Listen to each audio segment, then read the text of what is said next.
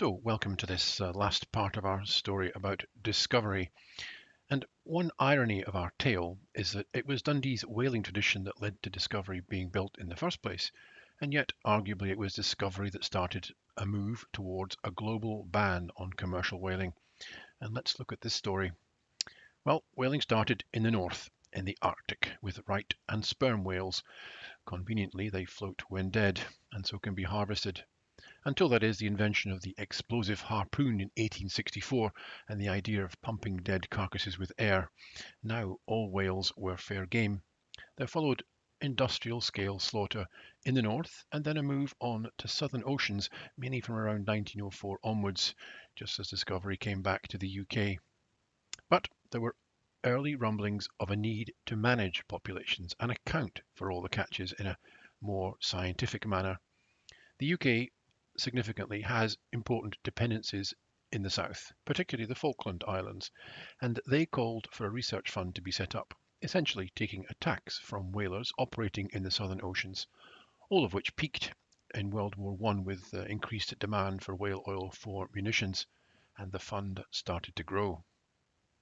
Then in 1920 there came an influential parliamentary report and a committee set up to find a ship suitable for whale monitoring. Discovery was perfect, and it was bought from the Hudson Bay Company for £5,000 by the government, and a major refit was undertaken in Portsmouth, moving the masts and increasing the sail area by 20%. The hull was replanked and new decks were laid. Even an experimental echo sounder was installed to map the ocean floor, the fitting for which can actually still be seen on the ship today. This in fact is the ship we see today in Dundee, much changed from its original form. So science came back to Discovery. Chemical and biological laboratories were set up. She became the RRS and was owned by the government of the Falkland Islands, who paid from their whale fund. She was even registered in Port Stanley. The total spend amounted to £114,000, so you can see that most money was spent on the refit. Essentially, a whole new ship was made from the frame of the old one. Now this time, a director of research was appointed, Dr. Stanley Kemp. He was a marine biologist, not an action hero like Scott, and he subsequently announced detailed oceanographic expeditions in 1925 to 27. Captained by an experienced ice sea captain, Joseph Stenhouse, who took charge of the vessel and its 11 scientists and crew. She departed the UK in September 1925, arriving in Cape Town in time for Christmas, restocking then off to South Georgia in January, and started collecting fish, some new to science, some unfortunately eaten, of course, by mistake by the crew. But they took deep water samples, temperature soundings, and used plankton nets like a giant stocking to map plankton density. They were all used as the science of the project kicked in. Usually in vertical soundings requiring the ship to be held at a fixed station. And sometimes, as you can imagine, that was a challenge in bad weather, and still no bilge keels either.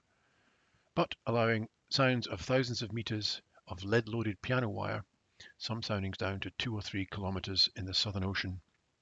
Importantly, they confirmed the existence of the Antarctic Convergence, a region of layered cold and warmer waters important for plankton and hence all marine life. Such a zone is not present at the north, for example, because of the land masses that surround the North Pole, so this is a unique and important feature of the south.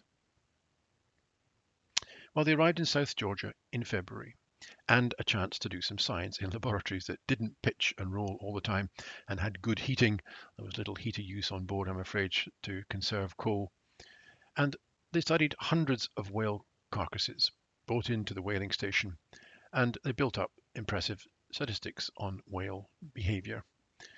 She stayed there for 2 months, the weekly sailings to take soundings and trawl samples, and establishing the importance of krill in the whale diet, for example. But Discovery's tendency to roll in heavy seas slowed the science when the autumn gales returned, so Discovery departed in April for the Falklands to meet the governor, enjoy some parties and receptions, and then back to Cape Town in South Africa, with many reports again of rough seas and flooding of lower decks, and ruined specimen jars. Well, 1926 came. It is now at last that Anti-rolling bilge keels were fitted in dry dock in South Africa to try and stop the problems in rough seas and, if apart from anything else, preserve the scientific specimens. In August, on August the 26th, Discovery was joined by her faster whale chaser, the RRS William Scoresby, here shown on a stamp. Built for the Discovery Committee in 1925. Now, she fired marking darts instead of harpoons and could manage 12 knots, a speed sufficient to keep up with whales in the sea. So Discovery had been limited to analysing dead whales in South Georgia. Now they could track live migrations. October the 26th, the pair of ships returned to South Georgia, where they established that plankton movements during the day and night were important for the whole food cycle. With both ships in place, they started a systematic survey of whaling grounds, like spokes of a wheel centred on South Georgia. Intense and cold work, but a great achievement, with a short break to take Christmas dinner and celebrate the new year of 1927 with 16 bells, 8 for the old and 8 for the new. The ship's bell can still be seen on board today. Then on to more surveys, establishing that krill swarmed like bees in hotspots under the sea, all dependent on the balance of surface, shallow and deep currents. Scoresby's marking system also allowed the tracking of whales over migration patterns for the first time, showing that, for example, hunting off Africa and in Antarctica affected the same populations. Global sea mammal conservation became a key issue. So after all that success, Discovery arrived home on September the 27th. And what next? Well, astonishingly perhaps, science was not yet done with this old ship. So the last great ocean-borne adventure for Discovery was in fact a mixture of science and politics. Australia had always been interested in its icy neighbour. Its first Antarctic expedition was in 1911-14 and was led by the indubitable Douglas Mawson, shown here in bust form outside his home university in Adelaide. But in the 1920s, this interest took on a distinctly political element. Australia wanted to claim territory before rivals did so, as well as map coastal regions. The Australian government quickly identified there was only one ship suitable for this task, Discovery again. She was rented for two years. The UK and New Zealand also had political interest in this project, and hence was born the British, Australian and New Zealand Antarctic Research Expedition, or BANZAR for short, with leader Mawson appointed in February 1929. Now, Discovery was lent for free by the UK, but the insurance alone, as you can imagine, was expensive, over £15,000. So Mawson's first task was again fundraising, emphasising in true Aussie style, of course, the potential mineral wealth to be had. A major benefactor was found, the famous Melbourne confectioner Mac Robertson, and following a contribution of £16,500 from him, he was suitably rewarded by having a 291,000 square mile piece of Antarctica named Mac Robertson Land, and he was also appointed a Fellow of the RGS, the Royal Geographical Society, for all of his contributions. Mawson then put together an itinerary and a crew of 25, led by a Captain Davis, with Mr. Mackenzie as chief officer. Although critically without sail experience, in fact all three senior officers apart from Davis had no experience with sail, which would cause frustrations later. Discovery left London on the 1st of August 1929 after a farewell reception for 300 dignitaries and flying the UK and Australian flags, and now with a bright yellow Gypsy Moth aircraft on deck. Mawson himself joined a bit later in Cape Town. They then departed with Mawson, more scientists, 2 airmen and 15 sheep on the 19th of October, and quickly again hit rough weather. Many complained of the hardships. Personalities became clear. Davis was cautious and sanguine. Mawson was more impulsive and mercurial. But eventually they arrived at various islands where surveys began, both of coastline and, as with earlier expeditions, sea temperature and salinity and depth sounding, now using the very latest technology, and eventually flying the seaplane to observe ice fields. All in a bit of a rush, as competitors, particularly Norway, had a rival ship in the area also claiming land. And in January 1930, they reached their main destination, which was called Enderby Land, and a flag was raised on Proclamation Island. In a rush, as Davis was not keen on anybody landing from the ship itself, a frustration given the political undercurrent of the expedition. Slowly, the two leaders started to disagree more and more, especially as coal supplies dwindled. That's a constant problem with Discovery. She never really could hold enough coal for expeditions. And Davis was all for heading home, whereas Mawson was keen to continue and, if necessary, overwinter in the ice, for which Discovery, of course, was well designed. But Davis won out, and on the 26th of January 1930 they turned north, a month early. On the 1st of April 1930 they docked at Port Adelaide in South Australia. Receptions followed in Adelaide and then Melbourne, and then plans were set almost immediately to have a second Banzar expedition. Mawson was keen to pick up where he left off, mapping long coastal regions, and the UK offered the ship free for another year. And the Norwegians were still present, so Banzar 2 got the funding and authorised by the government. But this time, critically, without Davis.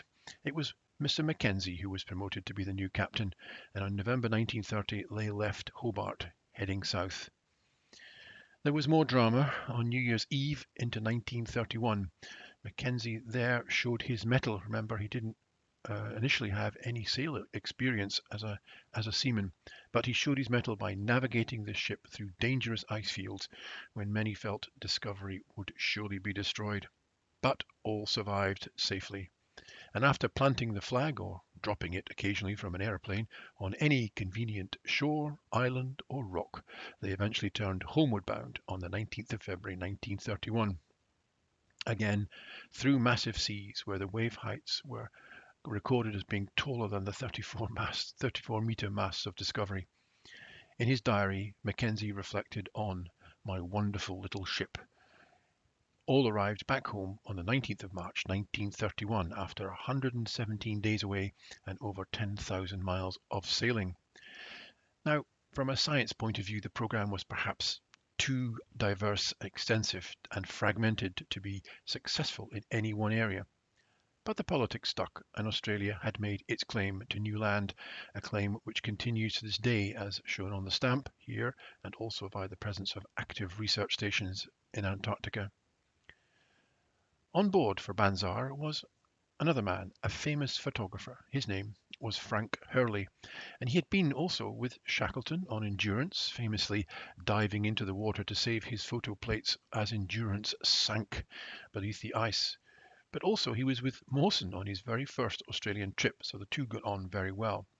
On that first trip, in fact, he'd used an early hand crank camera. This was, remember, back in 1911, a hand crank camera to film men being literally blown backwards by the strength of the southern winds. So let's take a brief look at the work of this man, Frank Hurley. So one thing we have in our modern age is this unique and wonderful photographic record of early Antarctic exploration, courtesy of men like Hurley.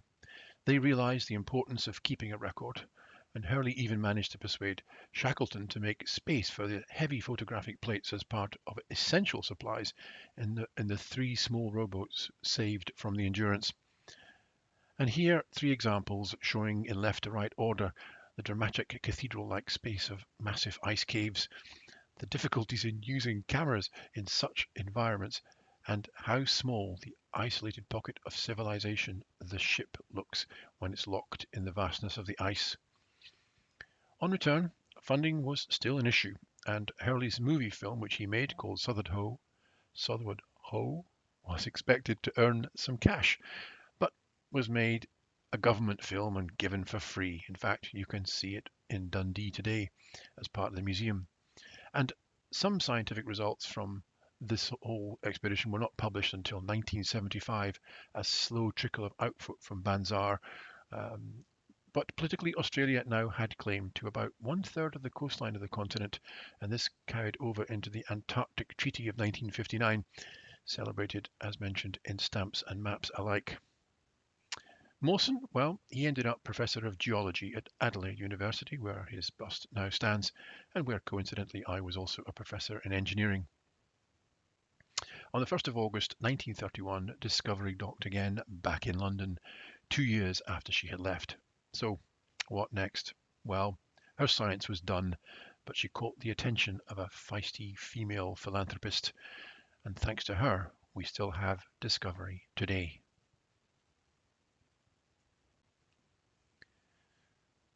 So Discovery sat in London for 5 years or so, but slowly people, and some important people, began to talk about legacy and preservation. In the end, she was bought by the Boy Scouts as a training ship for the Sea Scouts. Baden-Powell himself got involved, and he asked a wealthy aristocratic lady, Lady Houston, for a trust fund to pay upkeep, etc. Now, she was an interesting and controversial lady who also helped the Spitfire aircraft be developed, funding Supermarine to win the Schneider Trophy with it. And she did respond positively to the discovery, giving £30,000, quite the sum. But unfortunately, she died just before the handover ceremony in 1937, but the scene for preservation was set. Thames Embankment above Blackfriars Bridge in London was her new static home for the next 40 years. At this stage, she still had her 2 boilers and triple expansion engine, but they were never used again. Eventually, the engine was removed for scrap metal during World War II, which she survived without incident, although despite being in the centre of London. Except she lost her yard arms, and they were found to be just rotten. She became, in fact, quite a sorry sight. But eventually she became too expensive even for the Scouts and their trust fund, and so in 1954 she was handed over to the Admiralty, and pressure started, some from Sir Peter Scott, the famous ornithologist and son of Robert Falcon, who we met earlier. And the pressure was to keep the ship in original form as a memorial to his father and all those pioneers of Antarctic exploration. In 1978, things came to a head. She clearly needed a refit, and the Navy reserves were being shrunk, so she was offered for sale yet again. In 1979, she was handed over to the Maritime Trust, a kind of ship equivalent to the National Trust. And after essential repairs, she was put in St Catherine's Dock near the Tower of London, where she sat for 7 years. When new yards were cut, and she started again to look like a sailing ship. Then also began the fight against rot in her timbers, an ongoing problem. More than £500,000 was raised and spent to restore her, but not to her original form, but to her 1925 heyday. They had lots of photos from that period, and the original form would have required extensive rebuilding.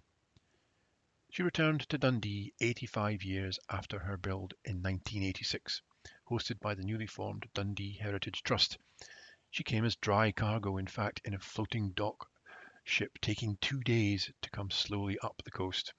And she was floated into Victoria Dock initially in Dundee, a sea dock providing saltwater berth. But then in 1992 she shifted to her new berth, Discovery Point, which, although only half a mile away, was a complicated and slow process, ironic indeed after all her trials at sea and in the ice. She was finally bought in 1995 for £1, and so belongs to Dundee, which in 1996 branded itself City of Discovery. Well, £1 to buy, but thousands to upkeep, and the conservation work still continues. The most recent, a complete replacement for rigging and masts, secured by a public donations of £40,000, and here's a photograph of the happy day when the money was achieved. So, what price our maritime and scientific heritage? Nothing will be built like her again. She has witnessed so many dramas and contributed to so much science. She is indeed a witness to our developing global society, which needs global collaborative environmental sciences to help face the challenges of the future. So let's hope there is even more to Discovery in the future. And next time you're in Scotland, go see and enjoy this wonderful ship. Thank you for watching.